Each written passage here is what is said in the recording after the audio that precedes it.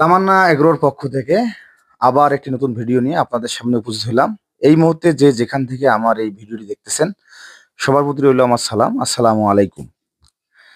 এ পর্যায়ে নতুন খামার শুরু করার আগে আমাদের কি কি করণীয়, আমরা কোন ধরনের গরু আমাদের খামারের জন্য নির্বাচন করব, সে বিষয়ে কথা বলার জন্য আমরা শরণাপন্ন হয়েছি সুধীর চন্দ্র বর্মন, একজন দক্ষ এআই টেকনিশিয়ান এবং একজন প্রবীণ খামারি। আমি আসলে আপনাকে বলতে চাচ্ছিলাম একটা বিষয় যে গরুর যে মোটা তাজা করার জন্য আমরা খামার করতেছি, সেক্ষেত্রে আসলে আমাদের প্রথম পর্যায়ে কি কি করণীয়, আমরা কি কি কাজ করে এই গরুর খামারটা শুরু করতে পারি?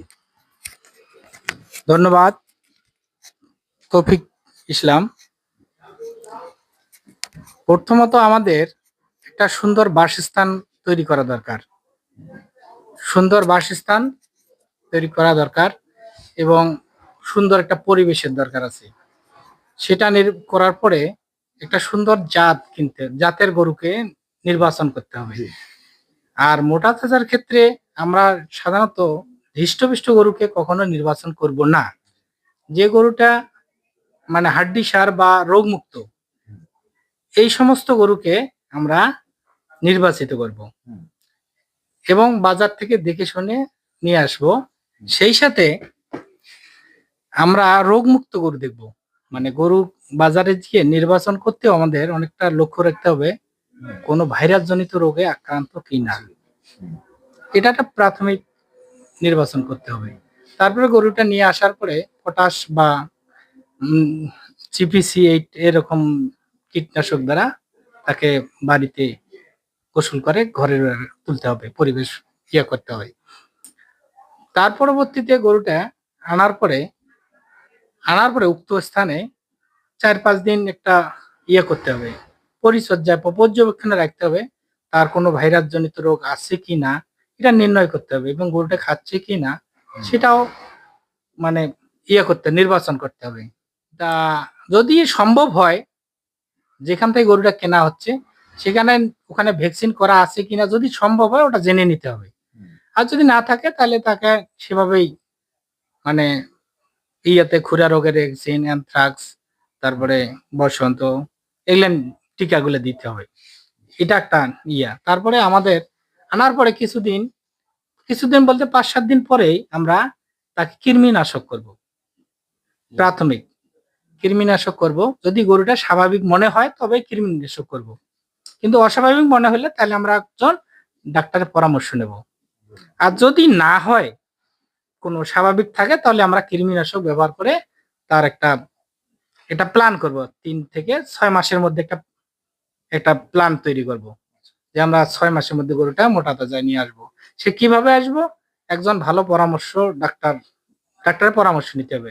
ভালো একটা ডাক্তারের পরামর্শ নিতে হবে। এক্ষেত্রে আমাদের একটা খাদ্যের রুটিন তৈরি করতে হবে। আমি কিভাবে গরুটাকে খাওয়াবো, কি ধরনের মেডিসিন ব্যবহার করব, এটা নির্বাচন করতে হবে। সেই সাথে গরুর যেন নিয়ম মাফিক সবকিছু করা সম্ভব হয়, তাহলে আমরা ওই গরুতে ভালো প্রফিট পাবো। আর যদি তাহা না করি তাহলে আমরা ওখান থেকে লাভের চেয়ে লোকসান গুনবো। আমাদের উদ্যোগটা কি হবে? ডাক্তার সাহেব, আমি এখানে একটি আপনাকে থামাতে যাচ্ছি, সেটা হলো যে আমরা কি ধরনের কোন জাতের গরু আসলে বেশি প্রফিট দিবে, বেশি মাংস বৃদ্ধির জন্য কোন জাতের গরুটা আমাদের জন্য, আমাদের খামারের জন্য উত্তম হবে, কিংবা আমরা সহজে লাভবান হতে পারবো? ধন্যবাদ। আমরা সাধারণত আমাদের দেশের যে জায়গা থেকে আমরা এই খামারটা করব, এলাকা ভেদে কিছু নির্বাচন করতে হবে গরু।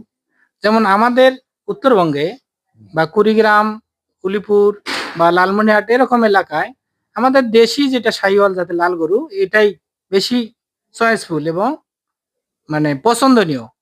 অতএব আমরা সেই জাতের গরুগুলো নির্বাচন করব, তাতে আমরা ভালো প্রফিট পাবো বা চাহিদাও ভালো আসে। আর তা না হলে আমরা যদি আরো একটু উন্নত যেতে চাই তাহলে আমরা কি ধরনের গরুকে বেশি মাংসের আশা করব, যেমন 12-14 মন, 10 মন এরকম জাতের যদি কথা ভাবি তাহলে আমরা ফ্রিজিয়ান, যেটা ফ্রিজিয়ান, হোলিস্টিন ফ্রিজিয়ান, এই জাতের গরুগুলোর দামরা যেটা ভালো গ্রোথ এলা, এরকম একটা দেখে নির্বাচন করব। তাহলে আমরা ভালো পাবো। তবে আমাদের এলাকায় লাল জাতের শাহিওয়াল বা দেশি শাহিওয়াল বা দেশির যেটা লাল, এর গরুর চাহিদা যথেষ্ট। এতে আমরা লাভবান হব বা হতে পারি, সে তাতে আমাদের কোনো সন্দেহ নাই। ধন্যবাদ সুধীর চন্দ্র বর্মনকে। আসলে আজকে আমরা যে বিষয়টা ওনার সাথে আলোচনা করতে পারলাম বা আমরা বুঝতে পারলাম যে আমরা আসলে নতুন খামার তৈরির ক্ষেত্রে কি ধরনের গরু নির্বাচন করব, আমাদের করণীয় কি। আমরা এই ভিডিওটি যদি আপনাদের ভালো লেগে থাকে তাহলে অবশ্যই কমেন্ট করে জানাবেন, এবং পরবর্তীতে গরুর খাদ্য, কি ধরনের সুষম খাদ্য আমরা গরুকে দিতে পারি, আমরা সে বিষয়ে আবার আলোচনা করব। আজকে এই পর্যন্তই। ধন্যবাদ সবাইকে।